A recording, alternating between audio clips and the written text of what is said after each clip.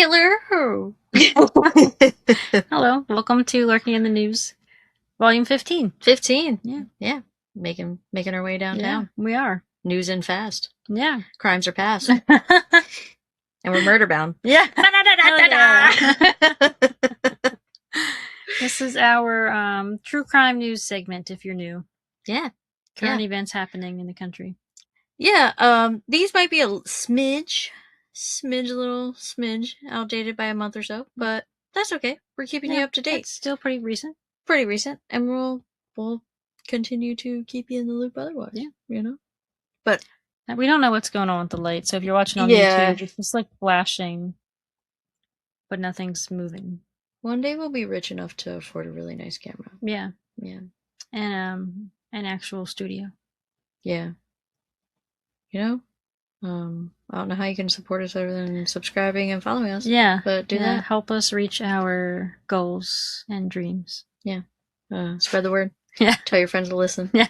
We'll get there one day. We're holding out hope. Yep. Here we are. With the news. Yeah. I'm starting us off with my first case. Is Ryan Weeks. So Ryan Weeks was a 47-year-old man living in Smithville, Missouri. It was reported he was homeless and was last seen on February 27th, 2022 at 7 p.m. at a gas station, and that was reported by a friend. Okay. This gas station was located near Missouri Highway 152 and North Brighton Avenue. This area had some local businesses that Ryan frequented to play pool. He had no phone or car in his possession at the time of his disappearance. He was working at the time of his disappearance, but his final paycheck was never picked up and there was never any further bank activity. The case would go cold until police received a tip in 2025 that pointed them to H&H Lake. This had police reopening the case. Not long after remains were found in Smithville city limits, they had received additional leads, but the exact location of the remains where they were found was not released. Finally, in May 2026, the remains found were identified as Ryan Weeks. Due to the circumstances the remains were found in, the case remains open for investigation. The Weeks family never gave up hope looking for him and are seeking any help.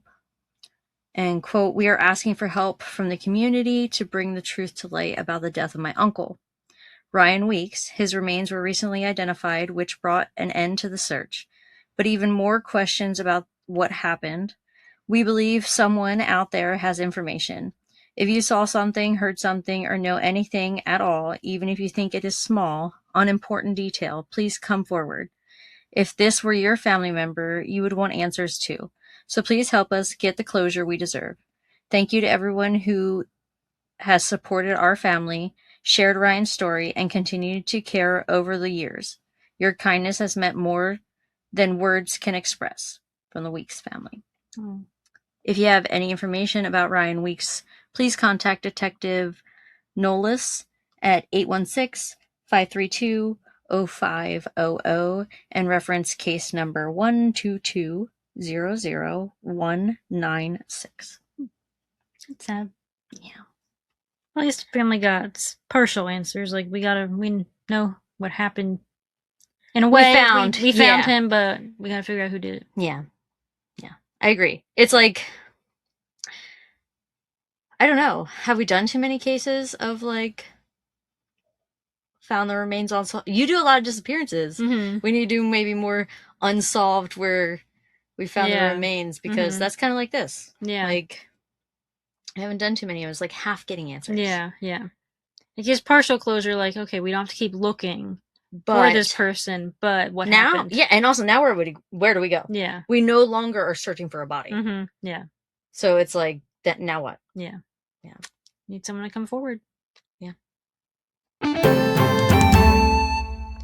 All right, this one's a little bit of a longer one. I'm talking about the Long Island serial killer. Oh, shizzle my nizzle. Yep. On April 8th, 2026, Rex Heuermann, an American architect from Long Island, New York, pleaded guilty in Suffolk County to 7 counts of murder in the case of the Long Island serial killer, also known as Lisk. He pleaded guilty to 3 counts of first-degree murder and 4 counts of second-degree murder. He also confessed to the killing of an 8th woman, Karen Vergata, as part of his plea agreement. He admitted to killing Megan Waterman, Melissa Barthelemy, Amberlynn Costello, Maureen Brainerd Barnes, Valerie Mack, Jessica Taylor, Sandra Castilla, and Karen Vergata. Huerman was arrested in July of 2023 after a multi-agency task force linked him to the Gilgo Beach murders using cellular data and DNA from a discarded pizza crust. Mm-hmm. Hell yeah, DNA. Hell yeah, DNA. The guilty plea canceled a massive trial that had been slated to begin in September of 2026, where prosecutors planned to introduce advanced whole genome sequencing DNA evidence. But son of a bitch pleaded guilty. I mean, I'm glad, but yeah. A serial killer was first suspected in December of 2010, immediately following the discovery of the Gilgo Beach 4 victims. Police originally began searching the Ocean Parkway area for Shannon Gilbert, a sex worker who vanished after making a frantic 911 call from a nearby gated community. While searching for Gilbert, a police K-9 unit discovered the skeletal remains of Melissa Barthelemy. Within days, 3 more bodies, Maureen Brainerd Barnes, Megan Waterman, and Amberlynn Costello, were found nearby. Shannon Gilbert is very important in this case because her disappearance is what led to finding these other victims. But unfortunately, she still has never been found and never actually linked to Lisk. And I don't know if it's still on Netflix, but on the Netflix did have a movie called The Lost Girls that's about the Long Island serial killer, so that's a good movie if you want to watch that. By late December 2010, the Suffolk County Chief of Detectives announced they were hunting a serial killer. The conclusion was drawn because all 4 women were petite online escorts in their 20s who had been bound, wrapped in burlap, and dumped in an identical manner. In early 2011, 6 additional sets of remains were found, none of which was bound and wrapped like the Gilgo 4, though. These included the partial remains of 4 women, an Asian man, and a 2-year-old girl.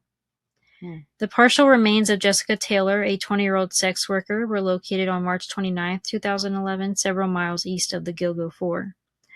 Other remains of Taylor's had been previously discovered in July 2003 in Manorville, a community in eastern Long Island.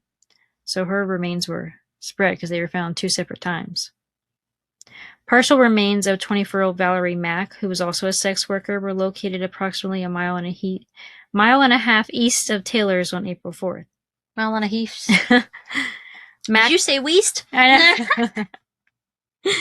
Mack's other remains were previously discovered in Manorville in 2000. So her remains were found 2 separate times as well.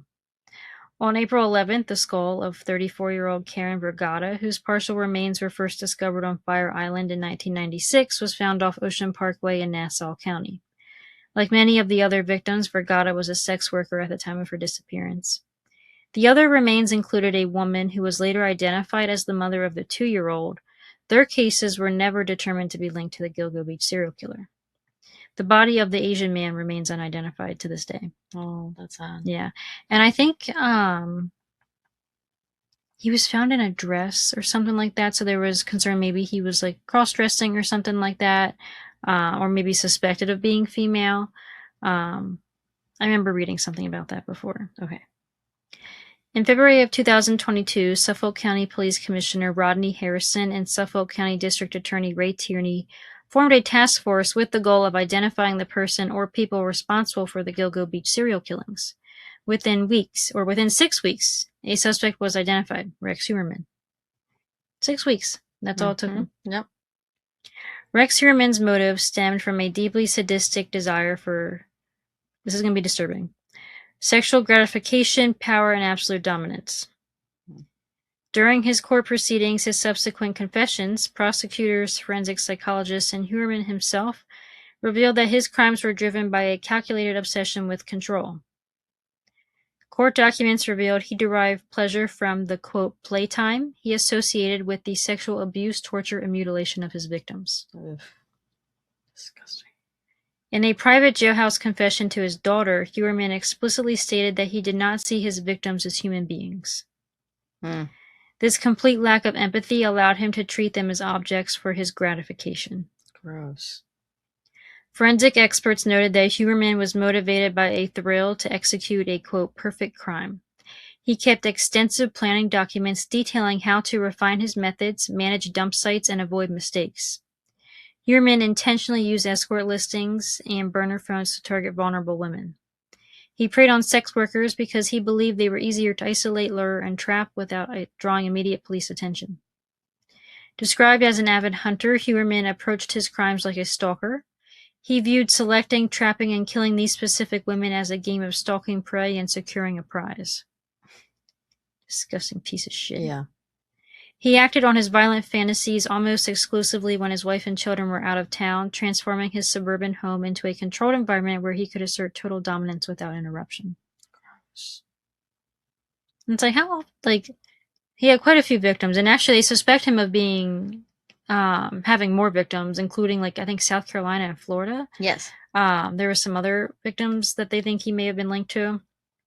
But, like, I'm just curious the background of, like, where are the wife and daughter? Why are you always going on trips without your husband and dad? Yeah. Like, why is he never joining? I think he's using work as an excuse. Probably. But it's just, like, interesting that Yeah. they were not suspicious of anything. On June 17, 2026, State Supreme Court Justice Timothy Mazzei sentenced Huerman to multiple consecutive life terms in prison without the possibility of parole. Supreme Court Justice Timothy Mazzei openly berated and condemned Rex Huerman during the June 17, 2026 sentencing hearing. When Huerman initially tried to give a brief, quiet statement from his seat, Judge Mazzei sharply ordered him to stand up. After Huerman muttered that any words he could say have no meaning, Mazzei pushed back aggressively. He stated, "I know that you're sorry you got caught. I assume you're sorry for what you've done to your wife and children," end quote. The judge then raised his voice, demanding, "Are you a little bit sorry for what you've done to these poor innocent women? 8 women that you strangled to death? At least 8 that we know of. Are you at least a little bit sorry for that? Yes?" Huerman faintly nodded and replied, "Yes, I am." Unimpressed by the response, Mazzei told the 6'4" serial killer, "You've been described as a very big man, but you're a disgusting and despicable small man, if you're a man at all, and you're a coward." Hell yeah, Judge. Give it to him. Yeah, give it to him. Immediately after pronouncing the sentence, Mazzei ordered the court deputies to get him out of here. His fiery exit prompted the courtroom gallery, filled with the victims' families, to erupt into cheers and applause as Huerman was led away in handcuffs. Good, yeah. Fuck him. Yep. Fuck that piece of shit. He's gross, disgusting ogre of a bitch. Yes. There were a lot of victim impact statements that were made. I think a lot of them are on Court TV if anyone wants to listen. It's very sad. I remember the one girl, I think it was Maureen Brainerd Barnes. I listened to her sister like talk, and it was very hard for her to keep herself together and not cry. Yeah. And it's just all these years later, their families are still devastated and affected. So yeah, he's now locked away. Yeah, fuck him for life. Multiple life sentences. Who would have thought during our lifetime we would have seen a serial killer come about and be caught? Listening to that story on Crime Junkie years ago, and just it really stuck with me. And I was like, man, like I really hope we get him. Find this guy, and we did. We did. There it is. So hell yeah. Hell yeah. Bye, bitch. Yeah. Bye, Felicia. Hope you get what you deserve in fucking prison. Yep. I mean, he's a big guy, so I don't know. I know he is a big guy. But hopefully, there's a bigger guy. Yeah. That gives him what he deserves. Exactly. Hope they poison his food. Mm-hmm. Something. My next one is about Denise. So Denise Elaine Sexton Hartley was born in Columbus, Ohio, and was the youngest of 15 kids. Oh my goodness. How does a uterus and vagina produce that many? That's crazy. It's a crazy thing. Women do crazy things. Yeah, we do. Yep. In 1993, at the age of 27, she disappeared after relocating to the St. Paul. I did no space in there. I was like, what was that? St. Paul? St. Paul? What was it? After relocating to the St. Paul, Minnesota, to start a new life. And then in June 1993, a local man was walking along Boone Lake in Scandia, Minnesota, when he spotted a human head floating by. Oh. The next day, in another totally separate lake called Pig's Eye Lake, a foot was found The remains were estimated to be only 2 to 3 days post-mortem.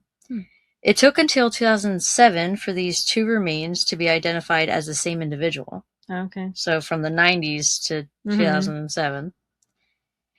She had short, spiky dark hair and 3 piercings in each ear. A quote from Detective Evans on this case says, "It's a pretty rural town up there, so there's probably not a lot of short, spiky-haired women running around Scandia, especially in 1993. Yeah. A caller in the weeks following the findings claims the rest of the remains were located under Manadata Bridge, around 15 miles from the other location. This caller was never identified. All we know is it was a male. Okay. After 33 years, Minnesota Bureau of Criminal Apprehension traveled to Columbus to get a DNA sample from the daughter of Denise. In 2022, the DNA Doe Project began funding the identification of the Jane Doe. And by February of 2026, the remains were positively identified as Denise Hartley. Sheriff Dan Sherry made a statement after the ID was made, stating, "To see the case come full circle more than 30 years later is a reminder that no matter how much time passes, we never stop looking for answers for victims and their families. While we cannot change what happened, we can honor Denise by restoring her identity and giving her family the answers they deserve. There has been no arrests of any other information in this case. So if you have anything to report, we ask that you contact Washington County Sheriff's Office at 651-430-7850. Sad. Yeah. A foot and a head. That's what we got. Because she was clearly, like, cut up, I'm guessing. In 2 different locations. Yeah. How else does that really happen? Yeah. You know? Mm-hmm. God. Yeah. Can you imagine how many cases are like that out there? I know. Remains are out there. So many. Yeah. We got nothing. Yeah, we don't know who did this. We don't know nothing. Yeah, we know Like, nothing. I literally, nothing. Yeah. Like, who did she know? What was she doing? Enemies? Yeah. Yeah, I don't know. Yeah. Hopefully we get more answers someday or someone comes forward. God. But we have an identification. Yeah. It helps. Yes. Next up is Melissa Ellison. Gary Edward Glowex, age 70, was arrested in connection with the 1987 killing of 20-year-old Melissa Taylor Ellison in Jackson, Florida. Melissa, who went by Missy Taylor Ellison, was a 20-year-old mother living in a West Side mobile home in Jacksonville, Florida. On the morning of December 28, 1987, Ellison's roommates checked her bedroom after finding her 13-month-old daughter, Casey, crying alone on the living room couch. Ellison was discovered dead in her bed, having suffered fatal blunt force head trauma. Investigators found a charred, bloody wooden log from her own fireplace near the back door, which was determined to be the murder weapon. Oh my God. The case had remained entirely cold for 38 years, despite relentless advocacy from advocacy groups like Project Cold Case and First Coast Crime Stoppers. However, on July 8, 2026, Gary Edward Glowax called dispatchers at the Clay County Sheriff's Office claiming he, quote, wanted to set things straight regarding the 1987 murder. According to his arrest report obtained by Oxygen.com, Glowax decided to confess after reading an online article about the cold case earlier in the year. Before making the call to dispatch, he reportedly walked into a local bank to settle his personal financial affairs. Wow. So, you know what? I do a little bit of, tiny kudos to him for coming forward. Fraction. Because if he didn't, we maybe never would have found out who killed this girl. Yes. So I give the tiniest fraction because most, they're just going to die with their secrets. Yeah, because this never happens. Yeah. We find it years later because of DNA. You're right. So he gets tiniest bit of, During subsequent interviews with Jacksonville Sheriff's Office, Glowax provided unreleased intricate details of the crime scene that only the killer would know. He was heavily using narcotics at the time of the murder and broke into Ellison's home through a window to look for money or items to sell. He had no prior relationship or connection to Ellison. This was simply just like... wrong place, wrong time type of thing. Yeah. Fuck. This was a robbery gone wrong. Yeah. Upon seeing Ellison on the bed, he grabbed a fireplace log and struck her once on the head. This is sad. He recalled her reassuring her crying child that, quote, "it will be all right," before losing consciousness. Her 13-month-old baby. Right there. Sick fuck. Glowick admitted to picking up the 13-month-old baby, moving her to the living room couch, and surrounding her with pillows to keep her secure, before returning to search the bedroom mattress for money. Gary Edward Glowick has been booked into the Duval County Jail. He is being held without bond on charges of second-degree murder with a weapon and burglary with assault or battery. So we'll see I hope what they nail his ass. comes up with that. But yeah. I hope you nail him. Yeah. That was so unnecessary. Yeah, fuck you. Fuck you. Yeah. Man. And now her poor little baby had to grow up without a mom. Yeah, without a mom. Like, you piece of shit. Oh. Meet me outside. Yep. Fuck you. We'll meet him outside the jailhouse after sentencing. Let's go. Before he even gets there. That's right. We're going to get punching. My last case is Carol Ann Beale. In 1975, at the age of 29, Carol Ann Beale's stepfather, William Reginald Sipple, yeah. Yep. William Reginald Sipple's remains were found. His body was found at the Prima County Water Transfer Station, which was located closer to where Carol worked at the Arizona Sonora Desert Museum. A museum employee found a severed head in a plastic bag, which led to a bigger search that discovered a hand, a foot, and 11 additional severed body parts. Oh my God. Could you imagine coming upon that? No, as an employee? Yeah. Absolutely not. Yeah. If a severed head? Yeah. I need short-term disability. Yeah. And I gotta leave and never come I gotta leave. Shit. Something unique about these remains is the fingertips and palms were cut away to prevent identification. It took from the discovery of the remains on October 15th, 1975 until late 2025 for the remains to be discovered to just be male. 50 years. Yeah. While the body remained unidentified, Carol lived in William's home and continued collecting his retirement benefits. Huh. In the end, she collected between $250,000 to $600,000 of his benefits. Holy moly. On May 28th, 2026, Carol was arrested, and after a search of the property, additional remains were found. Carol was 79 at the time of her arrest, and William was found to be 73 at the time of his death. Dang. No one in the family ever made a police report, but they knew that he had up and disappeared. The labs that helped ID the remains were Resolve Forensics and Intermountain Forensics, which are two Salt Lake City companies. So she would have been real young when she did that. Yes. Wow. Yes. Because that was 50 years ago. Yeah. And now she's, what, 73? She was 23 when she did that crime? Yeah. Dang. The fuck? Got away with it for 50 years. Living under the radar. Yeah. Yeah. Wow. A quote from the family states, "With the new information about our grandfather, we are processing the circumstances around his death and reliving painful memories of his disappearance and of our father's efforts to locate his father." Reginald V. Spiffle, whatever it was, petitioned in 2005 to declare William legally deceased, but that didn't come until later. Carol was working as a postal worker at the time of her arrest.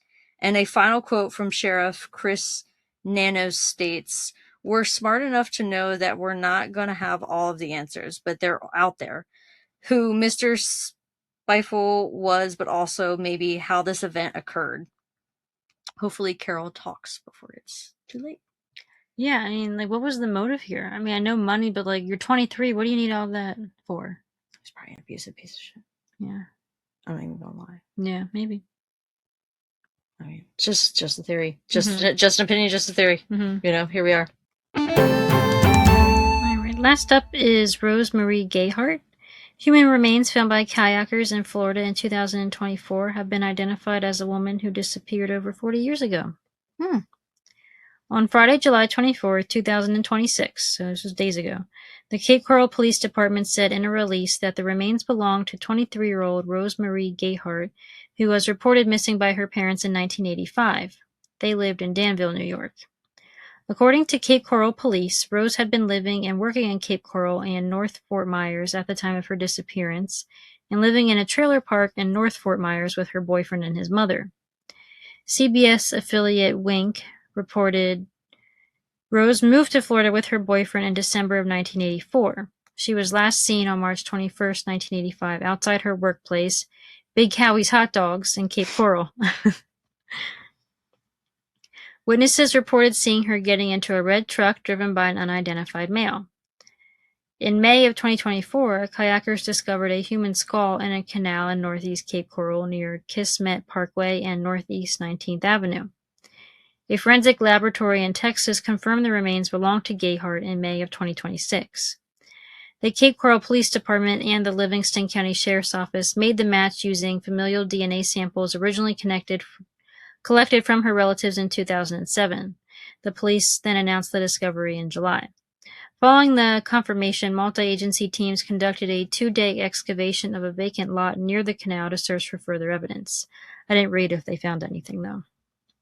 Chief Anthony Sizemore stated, "While this identification brings long-awaited answers, it also strengthens our resolve. No matter how much time passes, even after 4 decades, our investigations do not stop, and our pursuit of justice does not end."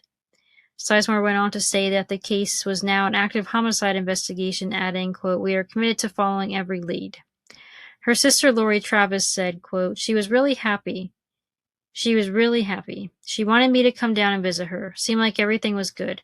Then within 2 weeks, everything went sour. I think she was murdered. The neighbors were all saying when they did the investigation. Also, there was a lot of crashing and banging and fighting going on at the trailer park all the time, end quote. That's sad. Travis also claimed that her sister's boyfriend's mother didn't want Rose living with them. And then she said, quote, "My mother got a letter from his mom stating that she got the bus ticket for her and everything, that she was hanging in bars and she was no good and this and that, and she was sending her back to my mother, and then she never came back," end quote. Her boyfriend's mother has since died. The investigation remains ongoing. Law enforcement continues to seek tips. Anyone with information is urged to contact the Cape Coral Police Department at 239-574-3223 or the Livingston County Sheriff's Office at 585-243-7100. Someone knows what happened to her. These are all kind of sad news cases They today. are. Yeah. I don't know. It sounds like that mom really wanted to get rid of her. God. There's been a lot in the news lately of freaking parents. Yeah. It's disgusting. Oh, there's one that just happened like a day or two ago. Yes. The father in Michigan. Tell me. Murder-suicide. Killed his 6 children, his wife, and then himself. Set the house on fire. Oh, no. And the pets. Killed the pets. I didn't see that one. Oh, yeah, it just happened. Wow, I don't think I did see that one. Yeah, wow. And 2 of their children were adopted. Wow. Yeah. What the fuck? Piece of shit. Did you see the mother who just is going on trial? She put for killing her kids. Her 3 kids. Yeah. I have a little sympathy in that case because she had postpartum psychosis. She did. I have there is a case I want to cover related to that, and it's very controversial, but I do have sympathy for those women. I'd love to hear it. Because it's not them. Your hormones are raging during pregnancy and after. Yeah. It changes you. It really does. I want to from personal experience. Yeah. Yeah. So, yeah, those cases are very sad when that ends up happening. Yeah. Well, I'm sorry, it was kind of a sad news day. Yeah, a little bit. Nothing really happy. Yeah. Maybe next time. I'm curious of what else comes out of this murder-suicide case. Yeah. That's currently unfolding in the news. Yeah, I'll have to look that one up. I think I did read that he had lost his job recently. So I don't know if there was some financial motive that made him do it, but just kill yourself, dude. Why are you taking out your whole family? Yeah. These family annihilators suck. Yeah, they are pieces of shit. Yeah. Thank you for watching. If you enjoyed this video, please give it a thumbs up and check us out on all of our other social medias. Please subscribe to our channel if you have not already. Hit the bell to be notified of future uploads and keep lurking around for our next video. Bye.